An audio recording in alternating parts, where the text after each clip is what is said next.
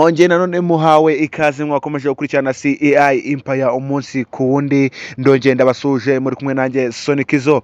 Ubuyobozi bw'intara ya Tanganyika iri mu majyepfo y'uburasirazuba bwa Republika Iharanira Demokarasi ya Kongo bwafashe ingamba zikakaye z'umutekano ziyirinda gufatwa n'abarwanyi b'ihuriro rya AFC/M23 rirwanya ubutegetsi bw'igihugu nyuma y'inama y'umutekano yahuje abo mu nzego zitandukanye tariki ya 15 Ukuboza 2025 hafashwe umwanzuro wo gufunga inzira ihuza intara ya Kivu y'Amajyepfo na Tanganyika guhera uwo munsi kugeza igihe kitaramenyekana no kongera uburinzi bw'ingabo z'igihugu. Guhera uwo munsi ikibuga cy'indege gito cya Kanuka n'icya Nyunzu byafunzwe, ibikorwa bihuza abantu benshi hahagarikwa ingendo z'abanyamaguru n'iza moto, no guhera saa 4 z'ijoro amateraniro y'abanyamasengesho abo muri ijoro akurwaho.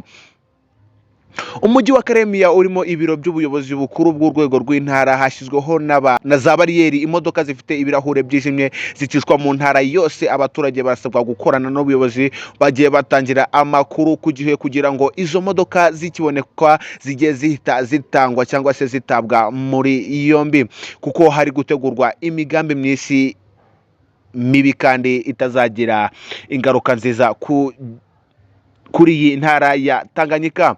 Izi ngamba zashyizweho nyuma yaho tariki ya 10 Ukuboza 2025 AFC/M23 itangaje ko yafashe umujyi wa Uvira ukoze ku kiyaga cya Tanganyika. Ubuyobozi bw'intara ya Tanganyika bwaharaniye ko iri huriro ridashobora kuwinjiramo. Abarwanyi ba AFC/M23 ntibafashe Uvira gusa, kuko bakomeje bamanuka bafata utundi duce dukoze kuri iki kiyaga turimo Makabola ndetse na Mboko muri teritwari ya Fizi mu ntara ya Kivu y'Amajyepfo. Reka nduke gatoya mu kanya ndaza mbabwira indi nkuru iri kuvugwa aka kanya. Andi makuru aravuga ko kuri uyu munsi wa 17 Ukuboza 2025 Minisitiri w'umutekano w'imbere muri Kenya yakuye abapolisi mu kiruko kugira ngo bajye gufatanya na bagenzi babo gukaza umutekano mu gihe cy'iminsi mikuru. Yasobanuye ko guhera uyu munsi abapolisi bari mu kiruko hamwe na bagenzi babo boherezwa ku bibuga by'indege, ku mipaka, ku mahoteli, ku mavuriro ahakorerwa ubukerarugendo, mu mijyi rwagati no ku nsengero n'ahabera ibitaramo. Iyi minisiteri yatangaje ko umutekano w'imbere mu gihugu uhagaze neza muri rusange, ariko byakunze kugaragara ku bihe by'iminsi mikuru hakorwa ibyaha bya hato na hato bigomba gukumirwa. Yakomeje avuga ko hashyizweho uburyo buhuza inzego z'umutekano mu gihugu kugira ngo zikurikirane ibiri kuba, ziharanire amakuru y'ubutasi.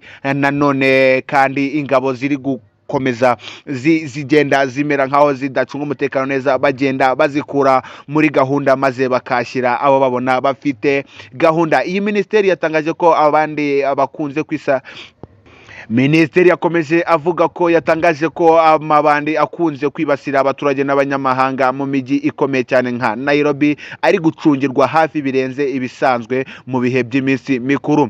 Leta ya Kenya yafashe ingamba zo kugabanya umuvuduko ukabije mu mihanda yo mu mijyi mu rwego rwo kwirinda impanuka. Abaturage bamenyeshejwe indi mihanda bashobora kuzajya bakoresha mu gihe babona undi muhanda utameze neza. Si ibyo gusa, ndaje nkubwire indi nkuru iri gukunda kuvugwa cyane hano muri leta yacu. Nuko hano hari kuvuga ko perezida w'u Burundi Evariste Ndayishimiye amaze iminsi ahanganye n'umugaba umukuru w'ingabo General Prime Niyomugabo biturutse ku mujyi wa Uvira wafashwe n'abarwanyi b'ihuriro rya AFC/M23 rirwanya ubutegetsi bwa Republika Iharanira Demokarasi ya Kongo. Abarwanyi ba AFC/M23 binjiye mu mujyi wa Uvira tariki ya 9 Ukuboza 2025 ku munsi wakurikiyeho, batangaza ko bari kugenzura ndetse neza cyane. Kuva kuri uwo munsi mu Burundi habaye inama nyinshi ziga ku hazaza h'umutekano w'igihugu n'intara ya Kivu ndetse y'Amajyepfo. Abadiplomate b'umujyi ukorera mu Burundi hashyuwe abadiplomate b'abarigi bakorera mu mujyi w'u Burundi bahishuye ko tariki ya 11 Ukuboza General Niyomugabo yayoboye inama yarimo abayobozi bo mu butasi nabo mu ngabo zirwanira mu mazi ndetse n'izirwanira hejuru ndetse no mu butaka, hagamijwe gusuzuma uko umutekano wifashe imbere mu gihugu no mu mipaka yacyo. ndetse iyi ni inama yafatiwemo umwanzuro wo guhagarika ibikorwa by'ingabo z'u Burundi byo kurwanya AFCM 23 no kuzikura mu ntara ya Kivu y'Amajyepfo mu burasirazuba bwa RDC. Murumva ko Uburundi bwatangiye gufata ibyemezo byiza bitewe ko generali niyo umugaba mukuru w'ingabo mu gihugu cy'u Burundi yatangiye kutumvikanamo neza na perezida w'u Burundi Evariste Ndayishimiye, kubera ko ibikorwa arimo akora ndetse n'ibyemezo arimo afata biri kugusha ingabo ze mu bibazo. Iyo nama yafatiwemo umwanzuro wo guhagarika ibyo bikorwa yabereye mu iki gihugu cy'u Burundi, ubwo generali yafataga imyanzuro atari kumwe na perezida. Ndayishimiye yanze uwo mwanzuro, atsimbarara ku gitekerezo cyo kongerera imbaraga ingabo z'u Burundi no kugaba ibitero bikomeye kuri AFCM 23 kugira ngo zisuzume umujyi wa Uvira. Uyu mukuru w'igihugu yagaragaje ko yizeye ubufasha bw'Ububirigi na Mississippi bwiyongereye ku bufatanye n'ingabo za RDC Wazalendo, Imbonekakure, umutwe w'iterabwoba wa FDLR n'abacancuro baturutse muri Colombia ndetse n'Abarusiya. Amasoko atandukanye avuga ko Ndayishimiye yagaragaje umugambi wo kwifashisha ikibuga cy'indege cya Bujumbura n'ikiyaga cya Tanganyika mu kohereza ibikoresho bya gisirikare mu bice birimo Makobola mu ntera y'ikilometero 20 uva mu mujyi wa Uvira. Nkuko nakomeje mbibabwira cyane ahangaha iyo bamaze kuvuga ngo Tanganyika, nako bababwiye ko Tanganyika ubu yamaze gufunga imipaka yayo nyuma yo kumva iyi myanzuro perezida w'u Burundi Ndayishimiye Evariste yamaze gufata, kandi generali yamaze kwanzura ko ibi bikorwa bigomba guhagarika kuko biri gutuma ingabo z'u Burundi zihasiga ubuzima. Icyizere Ndayishimiye gikomeye yakomeje avuga hano muri iyi nama nuko yakomeje ameza nk'ushyigikira ko ingabo z'u Burundi zikomeza kumanuka muri ziriya nce, ariko generali cyangwa se umukuru w'ingabo we yakomeje abihakana cyane avuga ngo ibyo ntabwo bishoboka kubera ko abasirikare benshi bangiye bari kuhaburira ubuzima ndetse imiryango yabo ugasanga iri kugenda ibura abantu bayo. Iki cyizere ndababwira ko iki cyizere perezida Ndayishimiye ari kugikura ku nama yabereye kuri ambasade y'Ububirigi i Bujumbura tariki ya 10 Ukuboza, yahuje ambasaderi w'Ububirigi uhagarariye ibikorwa bya gisirikare muri ambasade n'abayobozi bo mu butasi bw'u Burundi, haganiriwe banategura umugambi wo kwisubiza umujyi wa Uvira.